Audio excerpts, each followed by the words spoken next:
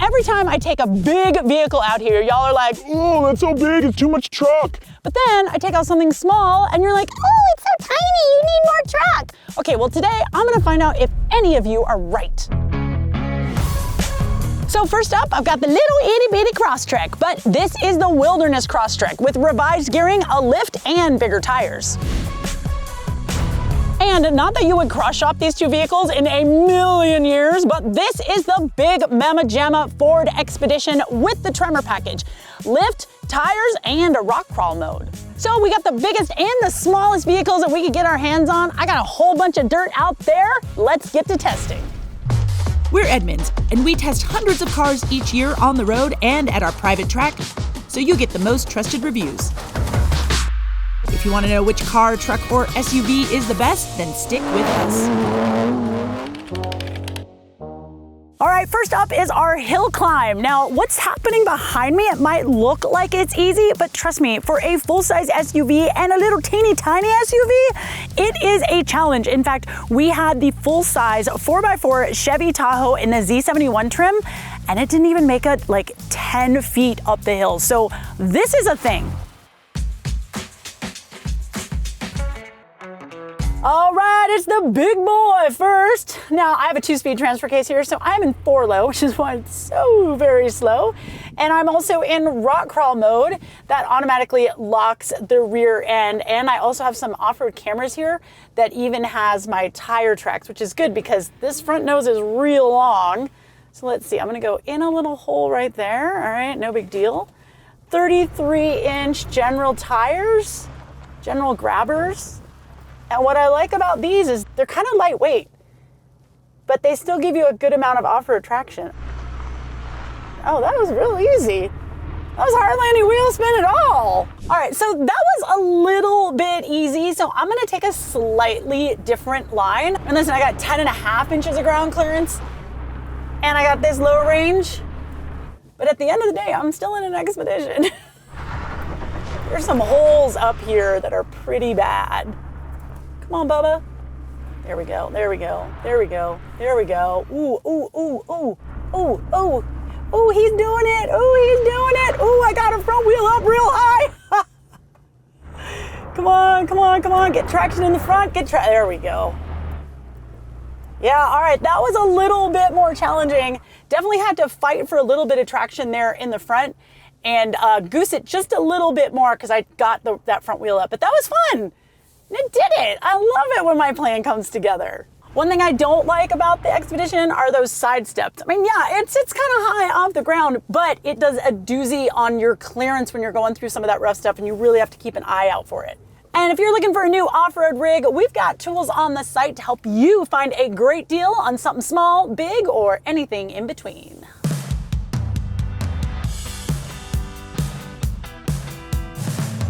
Okay, now we're in the Subaru, and I gotta tell you, I feel a little vulnerable in my little car. So I don't have any kind of a low gear here, but I do have Subaru's X mode, which kind of primes everything to get up this hill. And what's really nice is that I also have a re-geared oh, there you go, come on, yeah, buddy, yeah, buddy, come on, girl, you can do it, you can do it, we're doing it, oh my gosh. So this is where X mode is really coming in because I can feel that traction control searching for that purchase, right? It is going left, right, left, right, left, right until it finally gets to where it's able to put that power down. Now there are two settings for X modes. You got snow and dirt or deep snow and mud. And regardless of which one you pick, you also get automatic hill descent control, which I am not really a fan of. However, I will say that in a vehicle that doesn't have an actual low gear, it can be helpful because I can't really use engine braking to slow me down. All right, so since our little scuba-doo-roo made it up that easier part of the hill, we're gonna take a line that's a little bit more spicy.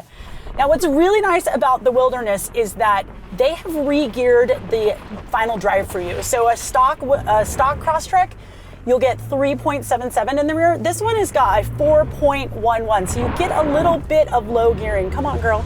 Come on, girl. There you go. Just put a little bit more throttle into it. Oh, yeah. This guy's got it. He's got it. Scooby-Dooby-Dooby, where are you? love my little Subaru. I don't know if you can hear it, but I can hear and feel that X mode really working. Small car power, 28-inch tires and everything. So you guys, I drove a Subaru Crosstrek Wilderness in the Rebel Rally for 8 days, and it did really good. We actually came in third. And we would have come in second, except we had a really bad time management problem. But you know what? It's not the Subaru's fault that I can't read a watch. And now it is time for the Ziggurat of Integrity.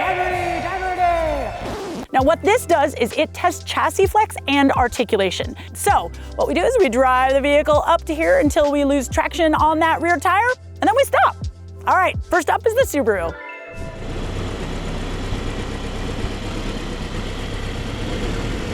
You're good.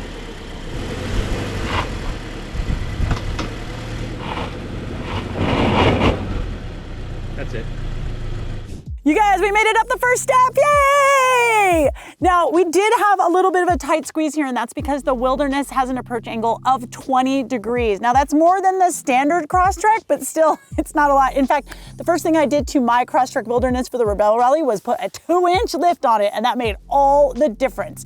But what I've got here are 28-inch Yokohama Geolandar tires on 17-inch wheels. Now, this is a good tire. It's a nice mix between street and off-road, but you can go more aggressive in the aftermarket.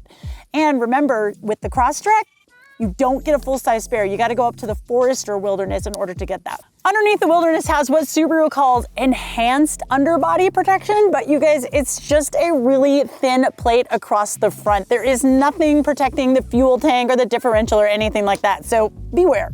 But here, you guys, barely enough room for my hand, but it still did it.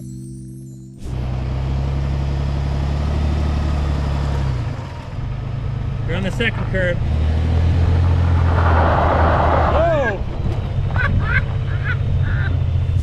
Okay, so that was fun, right? So the Expedition doesn't have a traditional locker where I can just press a button and I got, boom, 50% torque here, 50% torque here. Instead, it's an e-locker, and what it actually did was send all of the power to the reel that actually had traction. So that's why it fishtailed just a little bit, which was kind of fun. But I am wearing 33-inch tires and I've got a full-size spare. And because this vehicle has got a 2-inch lift over the standard Expedition, I've got way better approach and departure angles. And that's why it was pretty easy for me to make it up here to this second step. And the underbody protection here is pretty good as well. I've got skid plates on the front, the fuel tank, and the transfer case. Well, we've done our hill climb, we've done our Ziggurat. Now it is time for our high-speed sandy wash to see how these engines get that power down to the dirt.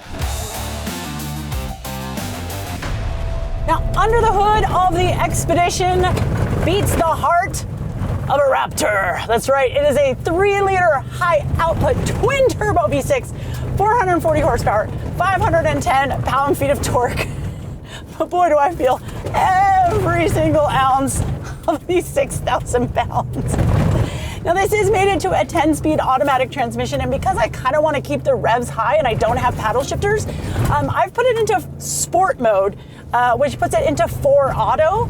And then I turned off the traction control, and I haven't really seen the traction control come up onto the dash. Listen, tons of power. Would love to see it on a dry lake bed, but it's really hard to manhandle in this wash. I feel like I'm sweating, you guys. It's a workout. But at least Ford makes it a little bit easier to turn this thing around with the trail turn assist. That's going to break an inside wheel and flip this car on a dime. Now look, I'm just out here trying to figure out how these SUVs handle all the dirty stuff, but if you want a full review of either one or a review of any SUV that's on sale today, we've got you covered back at the mothership.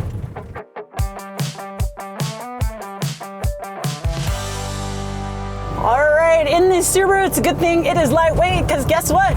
I ain't got no power. I got a 2.5-liter 4-cylinder engine, and I only have 181 ponies and 178 pound-feet of torque, and it's made it to a CVT. But here's the cool thing, is that I have paddle shifters. So that means that I can make it behave a little bit more like a standard automatic and keep it in the power band where I want it in those high revs. And I've got the traction control turned off, but I can still see it blinking just a little bit. It's never gonna turn all the way off. But what I really like about this vehicle is that it's just point and shoot, right? A little bit of left foot braking gets the weight transferred to the nose in these turns, but other than that, like, it's a joy. I mean, was it fast? No. Maybe 35 miles an hour, maybe. But it's lightweight, baby. It's lightweight. I love the lightweight. Plus, I'm so narrow, I'm so widow, I'm such a widow disco snail. I really don't have to worry about any kind of pinstriping. So look, I know you like this video, so why not give us the old like and subscribe? It really does help us out.